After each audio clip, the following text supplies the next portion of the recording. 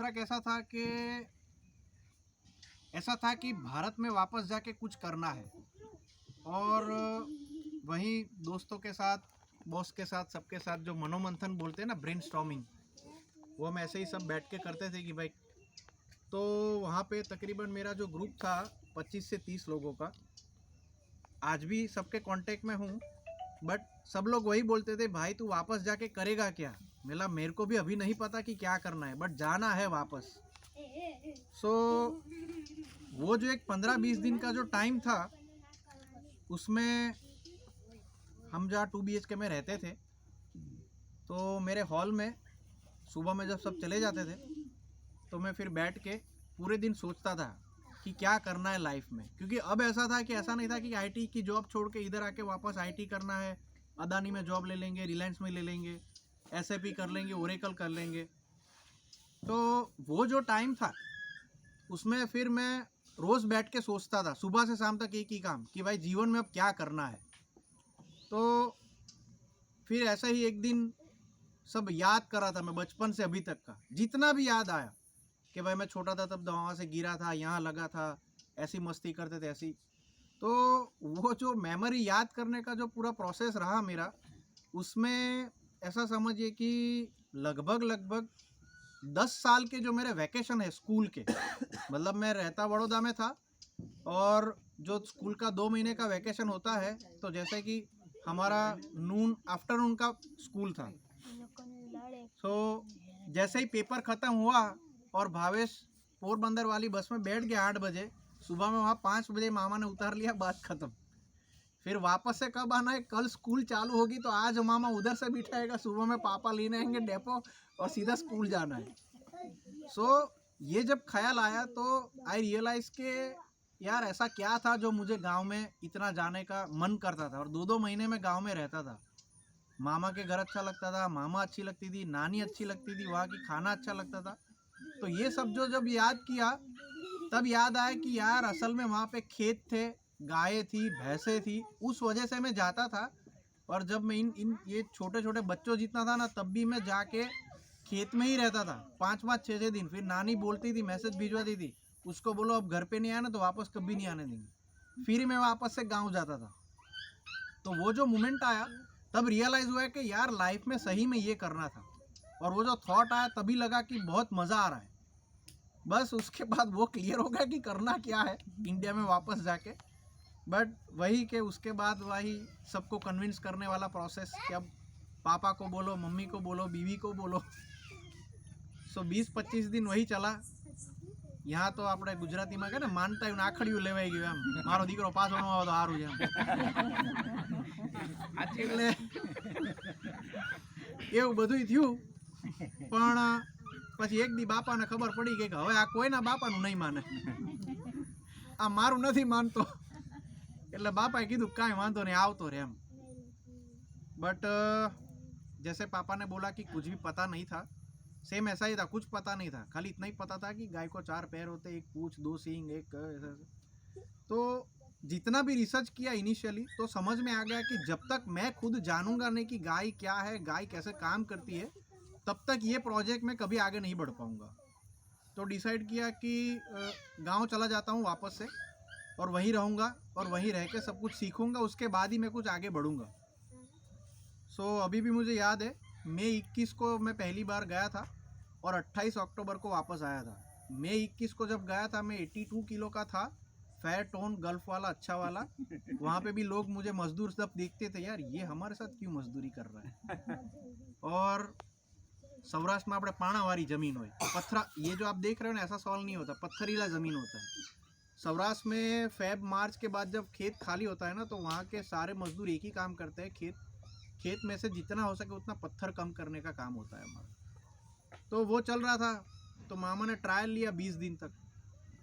सुबह में 8 बजे मजदूरों के साथ भेज देते थे, दोपहर को लंच टाइम 1 घंटे का, और वापस से वही काम। क्या करना है, पत्थर इकट्ठा करो, उसको खेत के बाहर निकालो। मतलब मामा को ऐसा था कि अगर ये इसमें थक जाएगा तो वापस चला जाएगा, इसको समझ में आ जाएगा कि कितना काम टफ है। बट वो 20 दिन का ट्रायल पीरियड ख़त्म हो गया, तो मामा ने फिर बोला बापूजी को कि भाई अब इस बार हार नहीं मानेगा, ऐसा लग रहा है। और उसके बाद पहली बार मामा ने गाय लेके दिया उधर, वहाँ से ये जर्नी शुरू हुआ है। अभी भी R&D चल रहा है। पहले मेरा पूरा जो था वो केलनपुर में था, और मैं पहले से ही रबारी भरवाड़, क्योंकि अगर आपको ये चीज़ सीखना है तो कोई डेयरी वाला आपको नहीं सिखा पाएगा, कोई भी यूनिवर्सिटी नहीं सिखा पाएगी, ना कोई किताब सिखा पाएगी। अगर आपको गायों का अच्छा नॉलेज लेना है तो जो मालधारी कौम है, जो अभी मेरे पास जो आल भाई थे, कि जो गायों में ही पैदा हुए हैं और अभी भी गाय ही रखते हैं, उनके साथ रहोगे, उनके पास बैठोगे तो ही तुमको ये नॉलेज मिलेगा।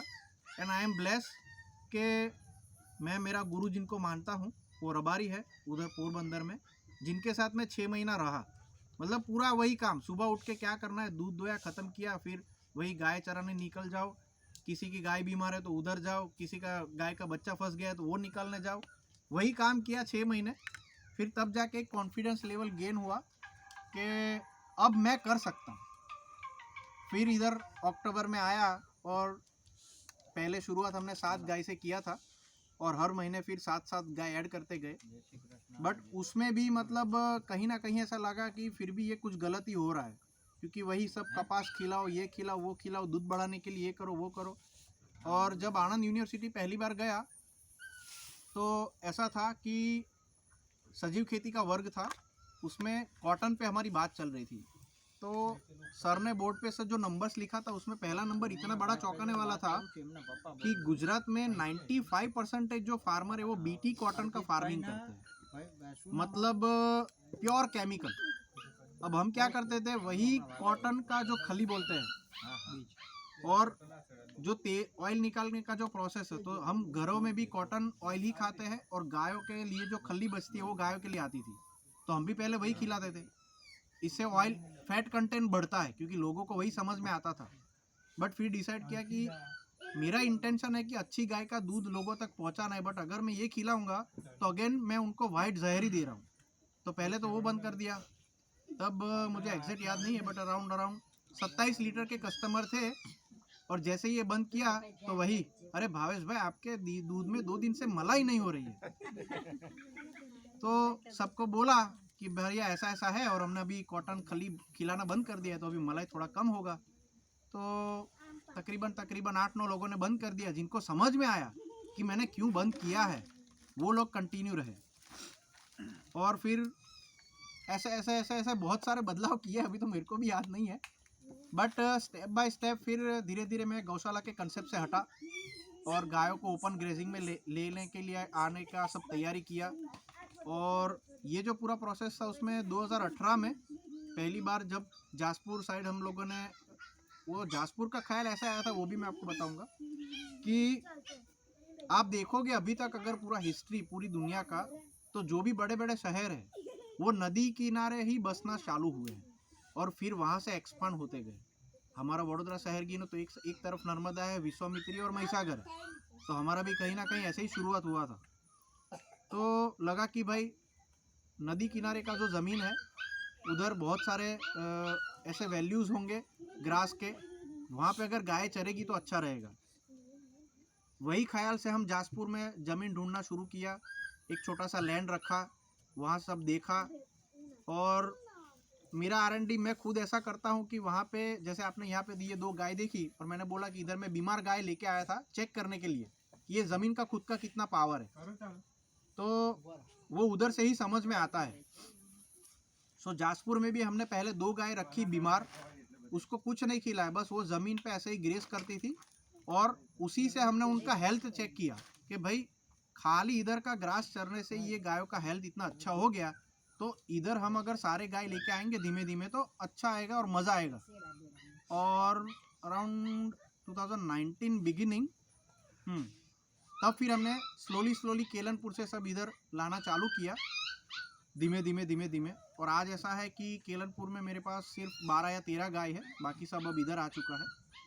बट मेरा अनुभव बोलूँ तो नेचुरल ग्रेजिंग हमने जो लोकेशन सिलेक्ट किया है, हमें ड्राई पीरियड हमारा बहुत कम हो गया, गाय हमारी डिसीज़ फ्री है, हमें और कोई ट्रीटमेंट देने की ज़रूरत नहीं पड़ती है, और गायों के लिए बहुत अच्छा है, और वो खुद हेल्दी है तो हेल्दी मिल्क मिलता है, हेल्दी मिल्क मिलता है तो कस्टमर भी हेल्दी रहते हैं, उनको भी मज़ा आता है। आज ऐसा समझो कि 2016 में जो कस्टमर मेरे थे और जो लेडीज़ प्रेग्नेंट थे, जो उनको डॉक्टर ने बोला था कि गायों का दूध पीना है, आज वो बच्चे 5-5 साल के हो गए। बट ऐसे मान लो कि नर्सरी में भेजा है और वो अगर एक वो देखोगे ना तो वो दिख जाता है, हेल्थ वाइज उसका हाइट बॉडी सब देखोगे ना तो पता चलता है कि इसने 5 साल से अच्छा दूध पिया है। तो वही हमारा एक्चुअल प्रॉफिट है, बिकॉज अल्टीमेट गोल वही है कि आज की जनरेशन को सुधारना है तो रूट से काम करना पड़ेगा। और जैसे जैसे फिर गाय बढ़ती गई, दूध बढ़ता गया, तो पहले हम खाली दूध देते थे लोगों को, फिर हमने छाछ मक्खन घी बनाना चालू किया, फिर भी दूध बढ़ता गया तो फिर धीरे धीरे पनीर बना रहे हैं, श्रीखंड बना रहे हैं। श्रीखंड में अभी हमने R&D थोड़ा किया है, अभी भी हम सीख रहे हैं, जैसा हमको बनाना है वैसा भी नहीं बनता है कभी कभी। उसमें इलायची बना है, पिस्ता है, मैंगो, खजूर, अंजीर, तज। फिर पेड़ा बनाया, पेड़ा में नॉर्मल हमारा काठियावाड़ में एक पेड़ा बोलते हैं थाबड़ी पेंडा, मावानो पेंडो એવું કહે છે, वो बनाया। फिर कॉफ़ी का पेंडा ट्राई किया। तो ऐसे अलग अलग हम काम करते रहते हैं, क्योंकि दूध जो एक्सेस है उसको हम ऐसा मानते हैं कि डेयरी में नहीं देना है, ऐसे ही कुछ ना कुछ सीखेंगे तो आगे कुछ ना कुछ होता रहेगा। और हमारे कस्टमर्स को ही अल्टीमेट ऐसा समझो कि जैसे कि आपके घर कुछ भी बाहर से सब आता ही है, तो क्यों ना आप यही चीज़ें लें। और आगे भी बस ऐसा हमारा प्लान है कि इस चीज़ को ही मैं ऐसे ही धीमे धीमे आगे बढ़ाऊँगा। और अभी मेरे पास टोटल कुल मिला के 8 से 9 परिवार काम कर रहे हैं, और आगे हमारी कोशिश यही है कि ये परिवार और भी बढ़े और लोगों तक हम एक अच्छी गायों का दूध और दूध के प्रोडक्ट्स पहुंचाएं। और फिलहाल तो बस कितने आउटलेट वडोदरा सिटी में है उसका भी बता दीजिए। वडोदरा सिटी में पहले हमारा छाछ का हमने एक छोटा सा आउटलेट खोला था, जहाँ मैं और मेरी मम्मी बैठते थे। वो 20 लीटर से चालू किया था। सुबह में 10 बजे हम चालू करते थे, 1 बजे तक छाछ उधर बेचते थे। तब हमने स्टार्ट किया था 10 रुपये का लीटर छाछ देने का। आज वही आउटलेट से रोज़ का 200 लीटर छाछ जाता है और 20 रुपये लीटर अभी हमारा छाछ उधर बिकता है। फिर उसके बाद सोचा कि अब ये जो थोड़ा मैन्युफैक्चरिंग वगैरह करना है, तो नीलांबर सर्कल के पास में गायम डेयरी करके हमारा दूसरा डेयरी हमने स्टार्ट किया। सो डेली मॉर्निंग इवनिंग सारा मिल्किंग होके पहले उधर आ जाता है, फिर वहीं से कस्टमर को डिस्ट्रीब्यूट होता है और प्रोडक्शन भी उधर ही होता है। और दूसरा ऐसा था कि धीमे धीमे छाछ और घी की डिमांड बढ़ती है, तो केलनपुर में हमने एक छोटा सा नया इनिशिएटिव लिया, देसी छाछ घर करके। जयेश भाई ने विजिट भी किया हुआ है, इसमें से कुछ लोग भी थे साथ में। तो वहाँ पे हमने पूरा वही गाय के गोबर से उसको लीप के और सब कुछ देसी ही रखा है उधर। और यही हमारे गौ माता के दूध में से हमने अभी 4 डिफरेंट फ्लेवर के छाछ बनाते हैं उधर। और मावा की भट्टी, श्रीखंड, वो सब उधर ही बनता है। बाकी के भाई